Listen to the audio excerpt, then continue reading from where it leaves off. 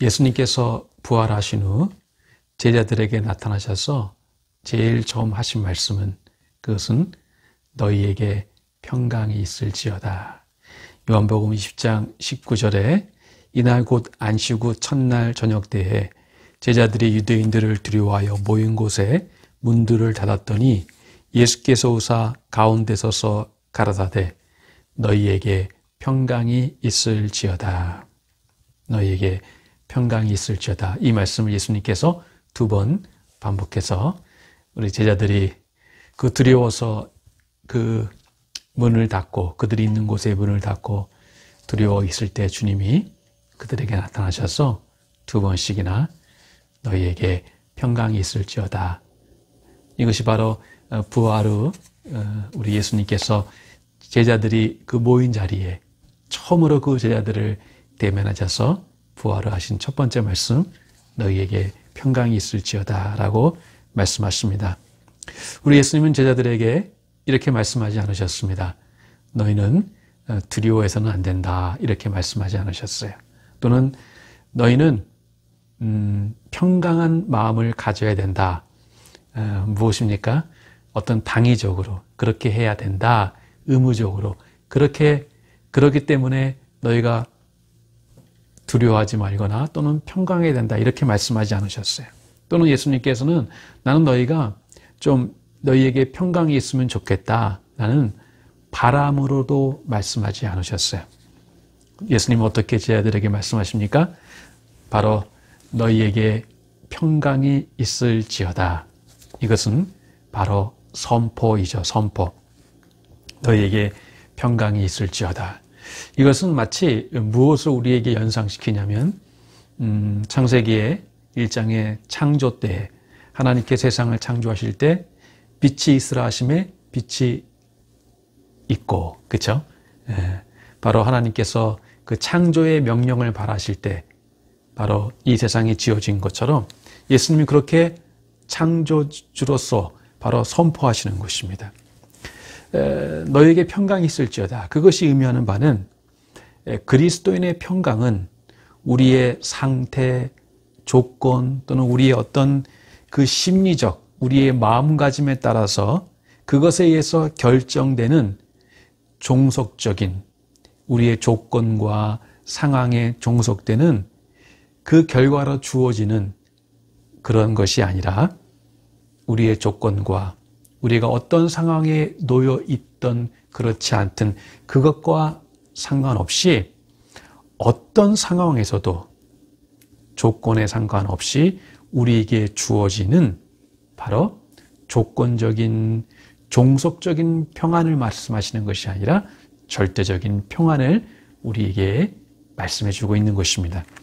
다시 말씀드리면 성도가 평강을 누리는 데는 그 어떤 것도 우리의 상황도 그렇죠? 또 우리의 그 마음의 상태가 어떠한가 그런 것이 문제가 되지 않는다는 것입니다. 그리스도인의 평강이 어떠한 상황에 의해서 달려있는 것이 아니라 또는 어떤 우리의 미래의 불확실성에도 있지 않다는 것이에요. 지금은 우리가 모든 상황이 좋아서 우리가 평강을 누릴 수 있지만 그러나 미래의 그 수많은 불확실성에 우리의 평강을 담보할 수 없죠. 그러한 미래의 불확실성에도 바로 우리의 평강이 바로 있지 않다는 것. 그러면 어떻게 예수님은 부활 후에 이러한 그 조건적인 가변적인 종속적인 평강이 아니라 그런 거에 관계없이 성도에게 어떠한 상황에서 주어지는 그 평강을 우리에게 약속하시고 그리고 그것을 제자들에게 선포할 수 있었습니까? 그것은 바로 예수님의 부활과 밀접한 관련이 있는 것입니다.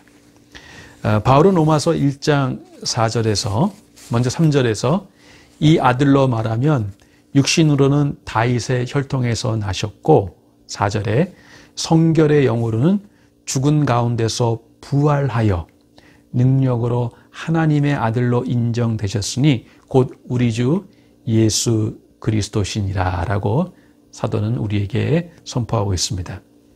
즉 여기서 그 주는 그리스도라는 이 초대교회의 신앙 고백은 예수님의 부활 이후 모든 믿는 자들의 신앙 고백이 되었어요. 물론 그 전에도 주는 그리스도라는 그 고백이 제자들에게 있었던 것이 또 사실이기도 하지만, 그러나 이 예수는 주요, 예수는 우리의 그리스도, 그리스도는 우리의 주시라는, 구주라는 이 초대교회의 보편적 신앙 고백은 바로 언제부터 이것이 나오게 됐냐면 예수님의 부활 이후에 이것이 바로 교회의 보편적인 신앙 고백으로 바로 나오게 되었다는 것입니다. 여러분, 어떻게 예수님이 우리의 구주가 되셨습니까? 바로 바울은 오늘 우리가 읽은 본문 고린도전서 15장에서 부활을 설명하면서, 그 15장은 부활장이라고 그러는데요. 그 문맥상 그 15장에 여러 편 나눠서 어떻게 사도는 그 부활이 우리의 복음이 될 수 있는가를 설명해 주고 있습니다.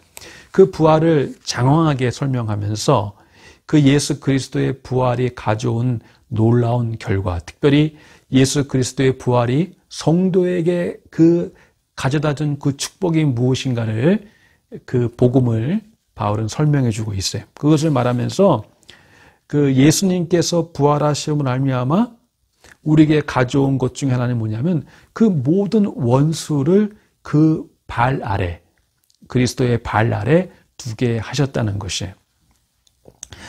고린도전서 15장 25절에서 26절 말씀 보면 25절에 저가 모든 원수를 그 발 아래 둘 때까지 불갑을 왕노릇 하시리니, 26절, 맨 나중에 멸망받을 원수는 사망이니라. 맨 나중에 멸망받을 원수는 사망이니라 그랬어요. 이 사망은 맨 나중에 원수이기도 하지만 가장 큰 원수 중에 원수죠. 그러면서 27절에 만물을 저희 발 아래 두셨다 하셨으니, 이 발 아래, 그 원수를 발 아래 두게 하셨다. 그리고 그 맨 마지막에 그 원수의 클라이막스가 뭐냐? 그것이 바로 사망이라는 것이에요. 사망. 그것이 모든 사람들이 왕노릇했었는데, 왕노릇했다는 건 뭐예요? 머리 위에 있었다는 것이에요. 그런데 그 사망, 이 세상 사람들의 왕노릇한 그 사망을 예수님께서 발 아래 그것을 짓누르시고 발 아래 두셨다는, 그것을 완전히 그것을 정복해서 제압하고 완전한 그 사망에 대한 승리를 말해주고 있는 것입니다. 말씀드렸다시피 그 발 아래 두었다는 것은 그것을 제압해서 그것을 완전히 장악하고, 즉 그것을 완전히 통제하고 그것을 완전히 승리했다는 것을 말하고 있습니다. 이 그 발 아래 두었다는 것을 우리는 종종 구약 성경에서 특히 시편에서 그런 표현을 보게 되는데요. 그 내 원수를 내 발등상에 두었다, 이런 표현이 있죠. 그것은 고대 전쟁에서, 고대에서 패한 왕이 그 패배와 복종의 표시로, 그 상징으로 승리한 왕이 패배한 원수를 그 발판, 우리가 이 발판 있죠, 스툴이라 그러나요? 그 이렇게 발을 올려놓는 왕이, 그래서 패배한 그 군주를 그런 복종의 패배의 상징으로 그 발 아래 이렇게 얹어놓는 것이. 그 시편 110편 말씀 찾아보면 내가 내 원수들로 내 발등상 되게 하기까지라는 그런 말씀이 있어요. 바로 그런 표현인 것입니다. 모든 원수를 발 아래에 두시되, 특히 마지막 원수, 그게 뭐예요? 사망. 그 사망을 그 발 아래, 그리스도의 부활로 말미암아 어떤 일이 일어났냐면 그 바로 사람들의 왕노릇했던, 그래서 그 어떠한 사람도 그 사망 앞에 그냥 완전히 어찌할 수 없는 종노릇했던 그 사망을 예수님이 십자가의 고난과 그리고 그 죽음에서 바로 3일 만에 부활하심으로 그 사망을 이제 그 발 아래 두게 했다는 거예요. 완전히 그 사망에 대한 승리를 바로 예수님께서 이루신 것이. 이것이 예수 그리스도의 부활로 말미암아 성도에게 우리에게 이루어진 놀라운 복음입니다. 여러분 말씀드렸다시피 그동안 사망은 우리 위에 왕노릇했어요. 즉 우리들 머리 위에 있었어요. 머리 위에. 머리 위에 있다는 것은 그것은 우리의 능력과 통제를 벗어난 우리가 어떻게 할 수 없는 문제였다는 것이에요. 우리의 통제를 벗어난 우리가 인간이 그 과학과 기술 문명으로 이전에 이루지 못한 많은 업적을 이루고 이전에 불가능한 일을 많은 가능한 일로 바꾸었어요. 그러나 그럼에도 불구하고 여전히 변함없는 것은 바로 죄의 삭은 사망이라. 그 말씀과 같이 여전히 그 죄 아래에 있는 인간은 그 죄의 결과로 말미암아 죽음의 종노릇하는, 사망의 종노릇하고 사망이 이 세상의 왕노릇하는 바로 그 사실은 변함이 없어요.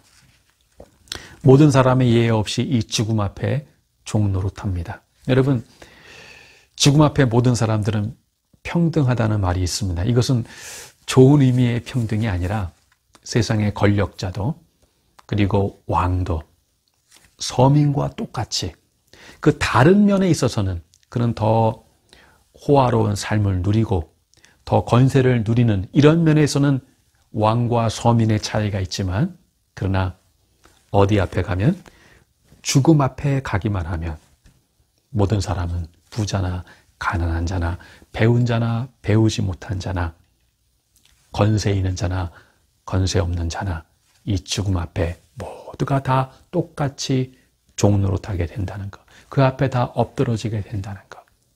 이것이 바로 이 사망의 종노릇하는 인간의 실존적인 모습이에요. 그런데 그 사망이 예수 그리스도의 부활로 말미암아 먼저는 그리스도의 발 아래 있게 되고 그리고 더 나아가서 그리스도의 발 아래 있을 뿐만 아니라 어떤 일이 있게 돼요? 바로 우리 성도의 발 아래 있게 되었다는 것. 여러분 만약에 예수님이 이 땅에 오셔서 수많은 병자를 고쳐주셨지만 단지 그 병을 고치시고 또 배고픈 자에게 그 빵의 문제를 해결해서 그들을 배부르게 하고 그리고 마음 아픈 자에게 그들을 위로하시는 그 일들은 다 필요한 일이고 중요한 일이지만 그러한 일만 예수님이 하셨다면 그리고 정작 우리의 그 일생의 사망에 매여 종노릇하는 그 사망에 어찌할 수 없는 이 죽음의 문제를 해결하지 못하셨다면 우리는 여전히 배부르고 위로를 좀 마음의 위안을 얻고 그리고 우리의 육신의 문제가 좀 개선되는 일이 있다 할지라도 여전히 어떻게 돼요? 우리는 이 사망의 종노릇하는 가련한 존재들이 되었다는 것입니다. 이것이 예수님의 부활이 우리에게 가져다 준 놀라운 축복이에요. 예수는 주다. 그것은 여러분 예수님은 우리의 어떠한 다른 면에 있어서 모든 것은 주님이 다 그것을 정복하시고 우리 주가 되세요. 근데 예수님이 여전히 이 죽음의 문제를 해결하지 못했다면 그러면 예수님은 우리의 온전한 주님이 되실 수가 없어요. 그렇죠? 예. 다른 모든 것에 있어서는 주님이지만 이 사망은 여전히 우리의 왕노릇하기 때문에 그것이 우리의 주가 되고 우리는 그 밑에 종노릇하는 거예요. 그런데 예수님이 우리의 온전한 주가 된다는 거예요. 주는 그리스도시요. 예수님은 우리의 주가 된다는 이 초대교회 신앙 고백은 바로 이 사망의 문제마저도 마지막 원수인 이 죽음의 문제마저도 주님께서 그 죽은 자 가운데서 부활하심으로 말미암아 그 발 아래 있게 하심으로 말미암아 그리고 주님 자신의 발만 아니라 성도의 발 아래 이 사망을 우리의 왕노릇했던 사망을 우리 발 아래 있게 하심으로 말미암아 비로소 우리의 온전한 주가 되시는 것이에요. 예수님께서 부활하심으로 이 마지막 원수인 사망을 정복하지 못하시고 여전히 사망이 우리 머리에 있다면 우리는 온전한 의미에서 평강을 누릴 수가 없을 것이에요. 아무리 다른 문제를 다 해결한다 할지라도 우리에게 여전히 이 마지막 원수인 사망의 문제가 남아있기 때문인 것입니다. 이것이 적절한 비유인지는 모르겠지만 제가 군대에 있을 때 제 군대 생활이 이렇게 행복했던 것 같지는 않아요. 좀 늘 이렇게 우울하고 그랬는데 저를 그 우울하게 했던 것 중에 하나는 뭐냐면 제가 군 생활했을 때 한 몇 년 되나요? 30년 전이 넘었는데요. 그때는 구타 문화가 있었어요. 많이 때렸어요. 그래서 이렇게 집합을 시켜요. 그러면 이게 뭐 뭘 못했을 때만 집합을 시키는 게 아니라 나중에 보니까 잘해도 집합을 시켜요. 그래서 막 군기를 잡는다고 그러죠. 그래서 이렇게 한 번씩 이제 군기를 잡아야지 또 이렇게 돌아가고 군기 안 빠지게. 그 당시에는 그런 문화가 있었어요. 그래서 항상 제 마음속에 이 언젠가 집합이 있을 텐데, 그래서 잠시 뭐 다른 것으로 인해서 훈련 때문에 어떤 다른 생활로 인해서 잊고 있다가 항상 그것이 그 마음 깊은 곳에 이렇게 어둡게 자리 잡고 있어요. 그래서 그 집합이 있기 전까지는 늘 마음이 불안해요. 언제 집합이 있을 텐데. 그래서 행복하지가 않아요. 그래가지고 언제 좀 마음이 이렇게 좀 그나마 좀 놓이냐면 집합하고 그 즉시 그 다음에가 마음이 제일 편해요. 이제 집합해서 한번 이제 군대 말로 한따까리 한다 그러는데 한번 맞고 나면 오히려 마음이 좀 놓여요. 근데 또 이제 하루 지나면 그 다음부터 또 집합이 올 텐데 항상 그것이 이렇게 마음을 이렇게 제가 어느 정도 이제 맞지 않을 그 군번 때까지는 늘 이렇게 마음에 좀 뭔가 누르는 무거움이 있었던 것 같아요. 여러분, 이 죽음의 문제가 사람들이 여러 가지 삶을 바쁘게 살아가고 또 다른 것 때문에 잠시 그 인간의 그 우리의 에파에 놓여 있는 그것을 잊고 살아간다 할지라도 언젠가는 인간은 이 죽음에 언젠가는 직면하게 되어 있어요. 이 죽음의 문제가 해결되지 않는 사람들에게 결코 평안이 있을 수가 없어요. 사람들은 여전히 죽는 것을 싫어합니다. 그리고 그것을 두려워합니다. 그래서 일생에 매여 사망의 종노릇하며 살아간다고 성경은 우리에게 말해주고 있습니다. 히브리서 2장 14절 15절에 자녀들은 혈육에 함께 속하였음에 그도 또한 한 모양으로 혈육에 함께 속하심은 사망으로 말미암아 사망의 세력을 잡은 자 곧 마귀를 없이 하시며 또 죽기를 무서워함으로 일생에 매여 종노릇하는 모든 자들을 놓아주려 하심이니. 죽기를 어떻게 한다고요? 죽기를 무서워함으로 일생에 매여 종노릇하는 모든 자들. 이것이 사망의 종노릇하는, 사망의 왕노릇하는 그 가운데 이 세상 가운데 살아가는 바로 모든 사람들. 성경은 이렇게 바로 그 사망의 종노릇하는 사람들을 묘사해 주고 있어요. 그런데 이제 주 예수께서 죽은 자 가운데서 부활하심으로 이 모든 두려워하는 것에서 우리를 건져주시고 구원해 주셨어요.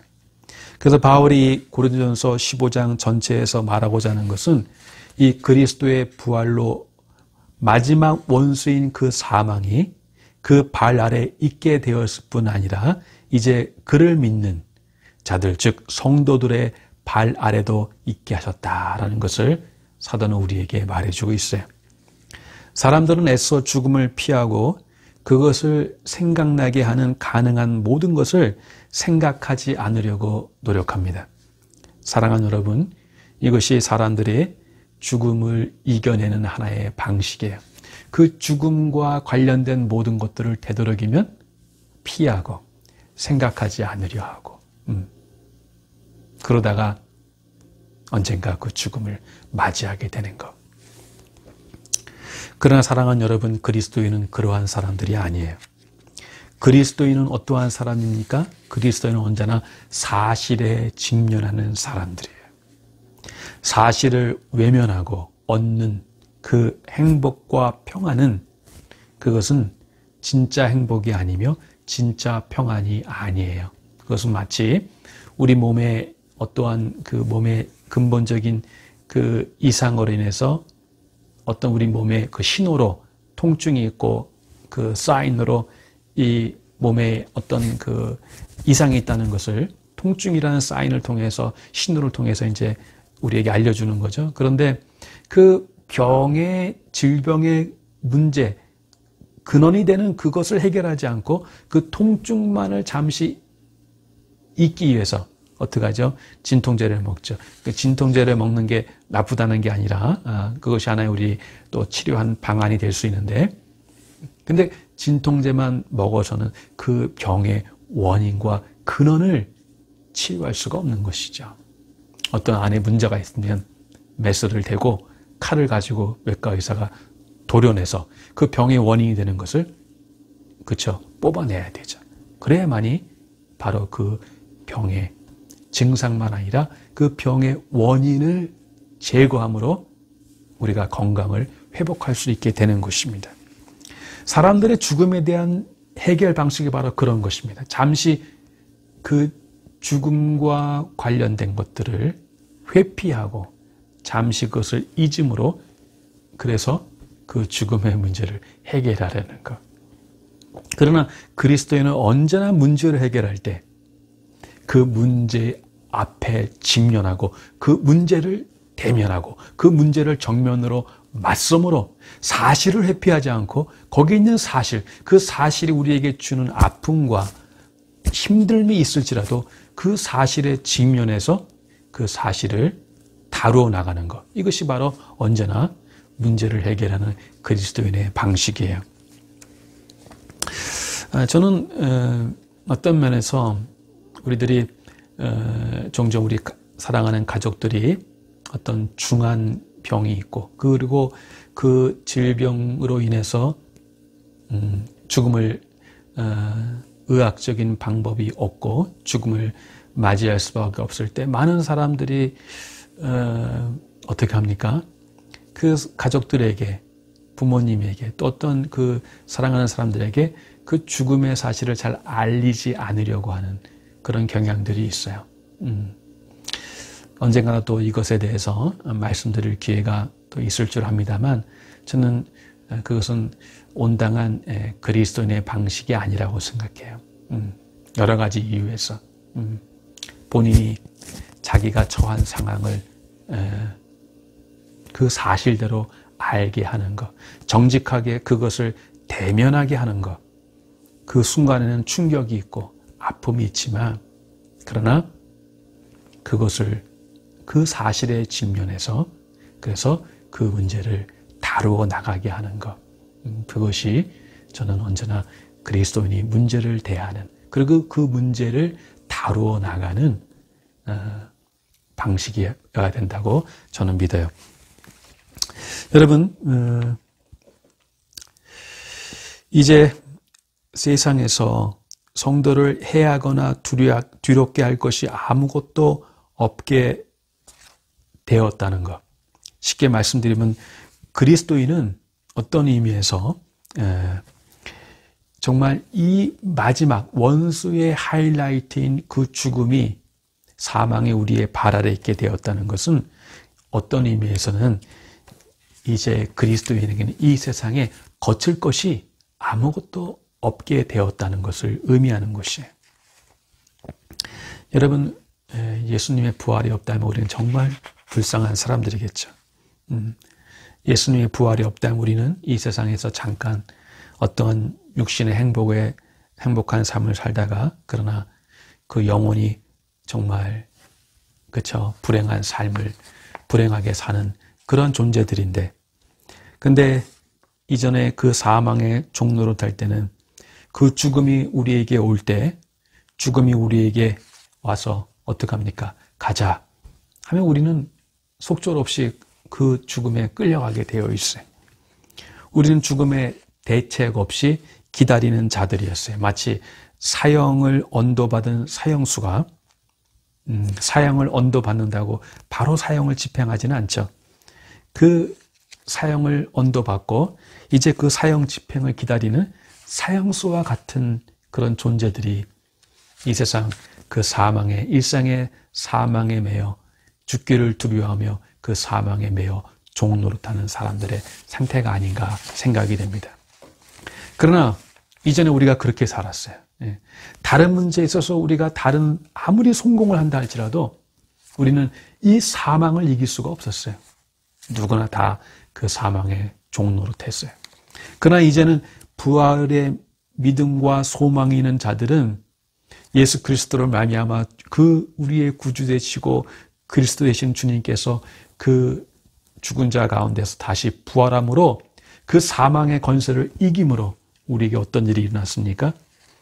이제는 더 이상 죽음이 우리의 지배자가 될 수 없다는 것.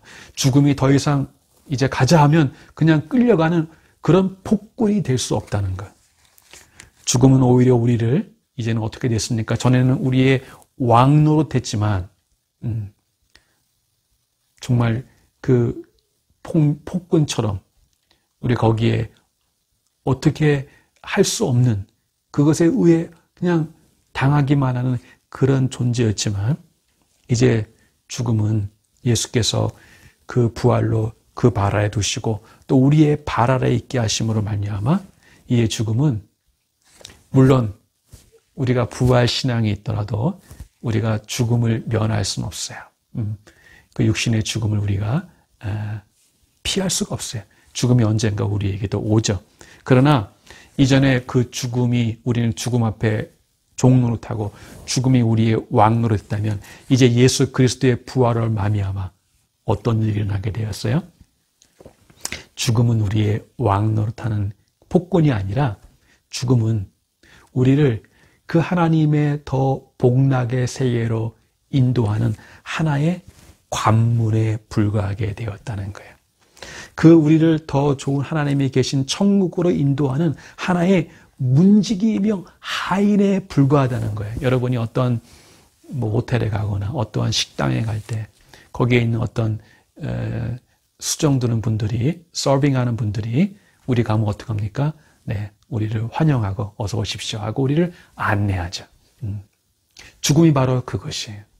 성도에게 죽음은 여전히 그리스도 밖에 있는 자들에게 죽음은 그들을 왕 노릇하고 그들은 그 죽음을 일생의 사망에 매여 종노릇하면서 그 죽음을 두려워하지만 그래서 언젠가 죽음이 그들에게 올 때 어떻게 됩니까? 그냥 거기에 끌려갈 수밖에 없지만 그러나 성도의 죽음은 이제 더 이상 그러할 수가 없다는 거예요. 여러분 이 엄청난 차이. 전에 죽음이 우리에게 왕 노릇하는데 이제는 그리스도의 부활로 말미암아 죽음이 단지 우리를 천국으로 인도하는 하인이요 문지기에 불과하다는 것. 그것이 바로 그 사망이 여러분의 발 아래 있게 되었다는 의미예요. 마귀는 이제 더 이상 죽음으로 여러분에게 위협할 수가 없어요. 마귀는 아마 이것을 대단히 붕괴할 것입니다. 분해할 것입니다. 왜냐하면 마귀 편에서는 인간의 가장 큰 위협자, 원수, 사망이라는 것을 상실하게 되었기 때문인 것입니다. 어떤 의미에서 마귀는 우리를 위협할 수 있는 가장 큰 무기를 빼앗기게 된 것입니다. 이제 죽음으로도 우리를 위협할 수 없게 되었다면 이 세상 어떤 것이 성도에게 두려움이 될 수가 있겠습니까? 그래서 지난주에도 인용해 드렸지만 로마서 8장에 사도 바울이 담대한 그 고백을 들을 수 있었던 것. 그것은 그의 신념에서 나온 것이 아닙니다. 그의 배짱, 그의 어떤 그 기질적인 용기에서 나온 것이 아니에요. 사도가 뭐라고 말했어요? 그런즉 이 일에 대하여 우리가 무슨 말하리요? 하나님이 우리를 위하시면 누가 우리를 대적하리요? 자기 아들을 아끼지 아니하시고 우리 모든 사람을 위하여 내주시니가 어찌 그 아들과 함께 모든 것을 우리에게 은혜로 은사로 주시지 아니하겠느냐? 누가 정죄하리요? 전에는 사망이 죄가 우리를 정죄했죠. 근데 누가 정죄하리요? 죽으실 뿐 아니라 다시 살아나신 이는 다시 부활하신 이는 그리스도 예수시니 그는 하나님 우편에 계신 자여 우리를 위하여 간구하시는 자시니라. 누가 우리를 그리스도의 사랑에서 끊으리요? 환난이나 공고나 핍박이나 기근이나 적신이나 위험이냐 칼이랴. 기록된 바 우리가 종일 주를 위하여 죽임을 당게 되며 도살할 양같이 여김을 받았나이다 함과 같으니라. 그러나 이 모든 일에 우리를 사랑하시는 이로 말미암아 우리가 넉넉히 이기느니라. 바로 그 이김은 어디서 나왔어요? 바로 죽으실 뿐 아니라 살아나신 이는 그리스도 예수시니 그가 부활하심으로 이 모든 것을 그 발 아래 있게 하심으로 말미암아 그리고 그분의 발 아래 있는 것에서 그치지 아니하고 그를 믿는 모든 성도의 발 아래 주님이 그 발 아래 있게 하신 것을 우리 발 아래 여전히 우리 발 아래 또 있게 하심으로 말미암아 바로 우리도 바로 이렇게 고백하는 거예요. 그러나 이 모든 일이 없는 게 아니에요. 이 모든 일이 여전히 성도에게 있어요. 그러나 이 모든 일에 그런 일이 있음에도 불구하고 우리가 넉넉히 이기느니라. 내가 확신하노니 사망이나 생명이나 천사들이나 권세자들이나 현재일이나 장래일이나 능력이나 높음이나 기쁨이나 다른 아무 피조물이라도 우리를 우리 주 그리스도 예수 안에 있는 하나님의 사랑에서 끊을 수 없으리라. 아멘. 사랑하는 여러분, 예수 그리스도의 부활로 말미암아 주님은 그 모든 원수들을 그 발 아래에 두셨어요. 그리고 더 나아가서 주님의 발 아래에 있는 것이 우리의 발 아래도 있게 하셨어요. 그리스도인은 이 모든 것들로부터 여전히 위협을 받고 있고 그러한 것들로부터 상처를 받을 수는 있지만 이 시간에 여러분에게 이 주님의 부활의 메시지로 여러분에게 분명히 말씀드릴 수 있는 것은 성도는 이 세상을 살면서 아무 어려움이 없을 것이다. 어떤 고통도 없을 것이다. 어떤 두려움도 없을 것이다. 그것을 성경이 말하는 것이 아니라 그러한 일로 인해서 우리가 어려움을 당할 수 있고 그런 일로 인해서 우리도 여전히 우리의 장래를 두려워할 수 있지만 분명한 사실 이 부활의 메시지가 우리에게 주는 분명한 메시지는 그것은 적어도 그러한 것들이 더 이상 이제는 우리 머리 위에 있지 않게 되었다는 것.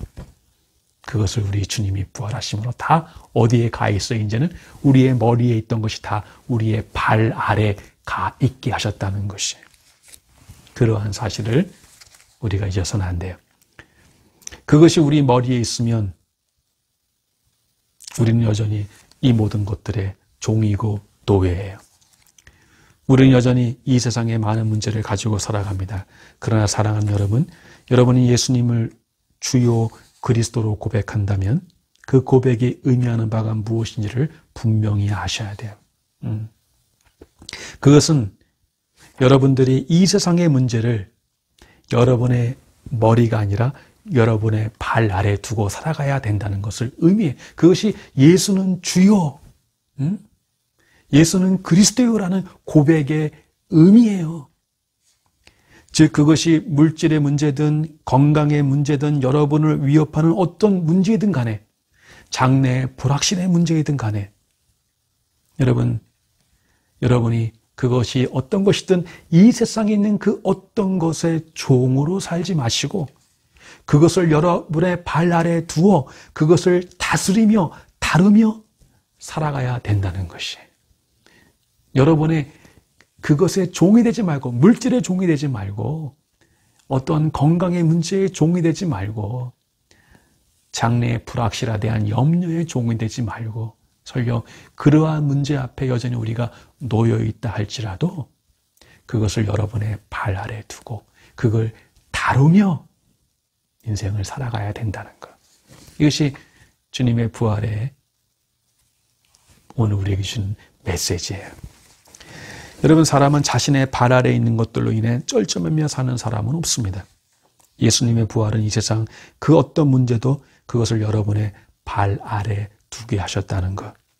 그것이 이 세상에서 성도가 이런저런 여러 가지 일로 고난과 어려움을 당할 수는 있으나 그 고난과 어려움 속에서 평강을 잃어버리지 않는 비결인 것입니다.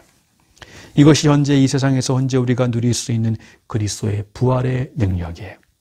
부활의 능력은 단지 막연히 언젠가 이루어질 그 무엇이 아니라는 것이 지금 오늘 여기서 그리고 지금 우리가 당하고 있는 그 어려움의 한가운데에서 바로 그 어려움이 우리가 참 한 번도 경험하지 못하는 이 어려움 속에 살아가지만 그러나 그 어려움 속에서도 그 어려움을 우리 머리 위에 얹지 마시고 그걸 여러분의 발 아래에 두고 그걸 다루며 살아가야 돼요. 그것이 바로 성도에게 주시는 부활의 능력이에요. 어떻게 살아야 됩니까? 모든 것이 우리 머리 위에 있는 것처럼 쩔쩔매며 안절부절하며 그렇게 안절부절 못하며 살지 마시고 모든 것을 어떤 어려움이 오던 그것을 예수 그리스도 이름으로 여러분의 발 아래 가 있게 하세요.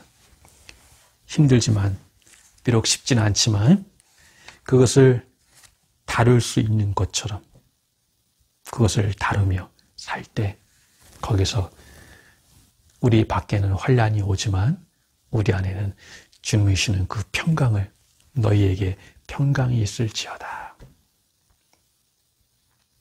그 평강을 누리며 살 수 있는 것입니다. 여러분 그 생명이라는 말, 그 생명이라는 말을 한자로 보면 그 명이라는 말은 목숨 명자도 있지만 명령하다라는 뜻도 갖고 있어요. 명령은 위에서 아래로 오죠. 높은 곳에서 낮은 곳으로 오는 거죠.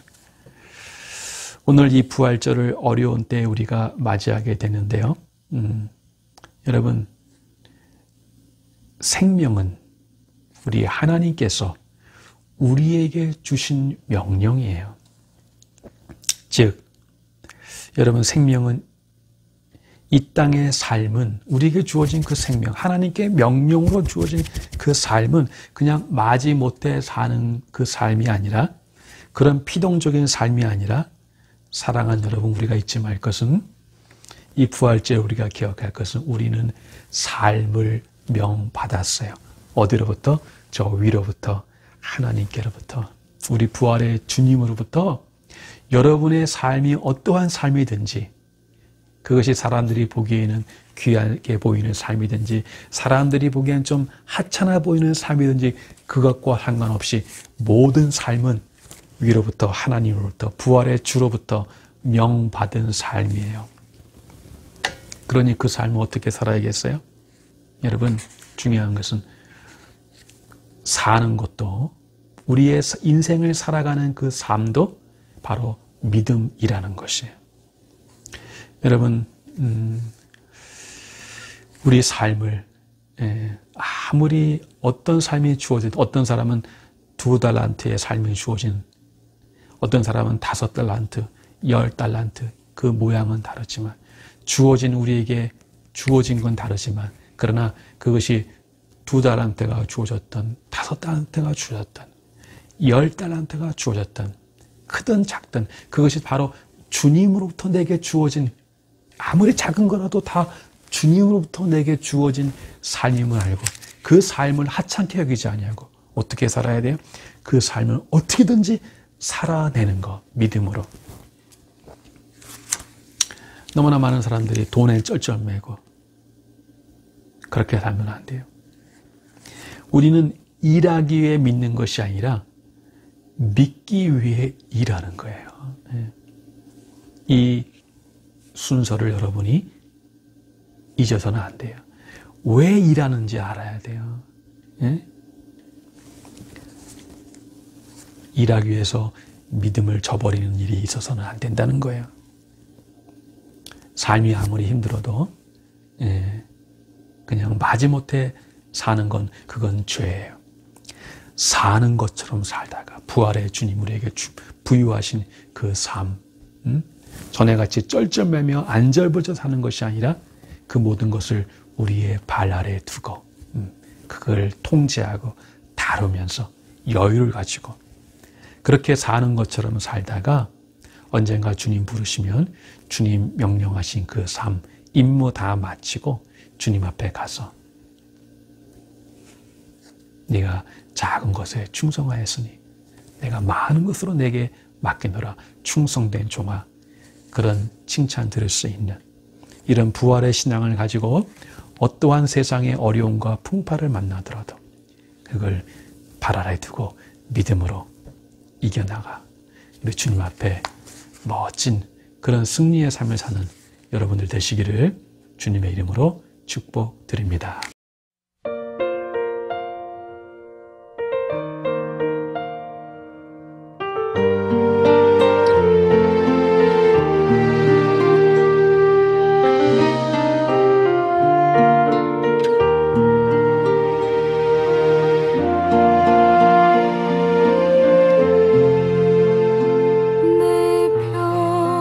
평생에 가는 길